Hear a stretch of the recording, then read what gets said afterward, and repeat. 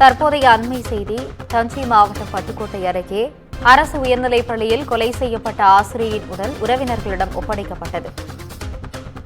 தற்காலிக ஆசிரியர் ரமணியின் உடல் பிரேத பரிசோதனை செய்யப்பட்டு உறவினர்களிடம் ஒப்படைக்கப்பட்டதை அண்மை செய்தியாக பார்த்துக் கொண்டிருக்கிறோம். இதுகுறித்து கூடுதல் விவரங்களுடன் இணைகிறார் செய்தியாளர் சரவணன். வணக்கம் சரவணன், விவரங்களை சொல்லுங்க. வணக்கம் ஆனந்தி. பெற்றோருக்காக திருமணம் செய்து கொள்ள மறுத்த காதலியை பள்ளி ஆசிரியர் அறையிலே வைத்து கத்தியால் குத்தி கொலை செய்த காதலனை காவல்துறையினர் கைது செய்துள்ளனர். இருவரும் ஒரே சமூகத்தை சேர்ந்தவராக இருந்தாலும் கௌரவ பிரச்சனைக்காக காரணமா பெண் தர மறுத்ததாக கூறப்படுகிறது.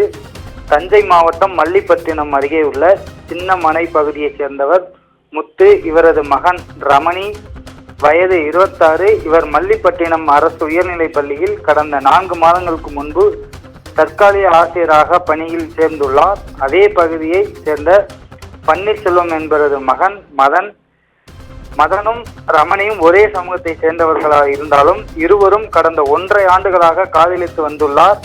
இந்நிலையில் ரமணி வீட்டிற்கு மதன் வீட்டிற்கும் பெண் கேட்டு சென்றுள்ளனர். ஆனால் ரமணி வீட்டின் பெண் மறுத்துள்ளார். இருவரும் காதலித்து வந்ததால் பெற்றோர் சம்மதம் இல்லாமல் திருமணம் செய்து கொள்ள மாட்டேன் என ரமணி கூறி வந்ததாக சொல்லப்படுகிறது. வீட்டில் சொல்லி திருமணம் செய்து வைக்க சம்மதம் கேட்டிருப்பார்கள் என ரமணியிடம் மதன் வற்புறுத்தி வந்ததாக கூறப்படுகிறது. இந்த நிலையில் இன்று காலை பள்ளிக்கு வந்த மகன் தனியாக பேச வேண்டும் என கூறி ரமணியை அழைத்துள்ளார். இருவரும் ஆசிரியர்கள் அருகில் ஸ்டாஃப் ரூம் பேசிக் கொண்டிருந்தனர். அப்பொழுது திருமணம் தொடர்பாக இருவருக்கும் வாக்குவாதம் ஏற்பட்டதாகவும் ஆத்திரமடைந்த மதன் மறைத்து வைத்த கத்தியால் ரமணியை கழுத்தில் குத்தி உள்ளார். இதில் ரமணி மயங்கி சரிந்தார். உடனடியாக சக ஆசிரியர்களை ரமணி மீட்டு பட்டுக்கோட்டை அரசு மருத்துவமனைக்கு சிகிச்சைக்காக கொண்டு சென்றனர். இதனால் செல்லும் வழியிலே ரமணியின் பரிதாபமாக உயிரிழந்தார். திருமணம் செய்ய மறுத்த காரணத்தினால்தான் பள்ளிக்குள் புகுந்த ஆசிரியரை கத்தியால் குத்தி கொலை செய்த சம்பவம் அப்பகுதியில் பெரும் பரபரப்பை ஏற்படுத்தியுள்ளது. ஆசிரியரை ரமணியை கொலை செய்த இளைஞர் மதனை கைது செய்து காவல்துறையினர் விசாரணை நடத்தி வருகின்றனர். கௌரவம் பார்த்து பெண் தர மறுத்ததால் காதலியை கத்தியால் குத்தியது முதற்கட்ட விசாரணையில் தெரிய வந்துள்ளது.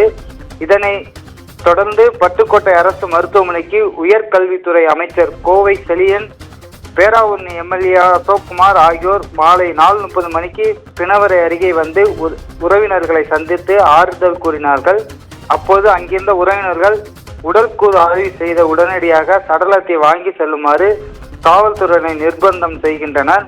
அரசு பள்ளியில் கொலை சம்பவம் நடந்துள்ளது. ஆனால் சம்பந்தப்பட்ட துறை அமைச்சரோ உயர் அதிகாரிகளோ இதுவரை வரவில்லை.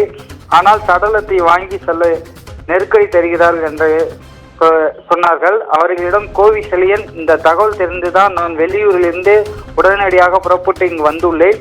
பள்ளி கல்வித்துறை அமைச்சர் விரைவில் உள்ளார் என்று தெரிவித்தார். நடந்த சம்பவத்தை வருத்தத்தை அளிக்கக்கூடியது, உரிய நடவடிக்கை எடுக்கப்படும் என ஆறுதல் கூறி மலர் வளையம் வைத்து அஞ்சலி செலுத்தினார்.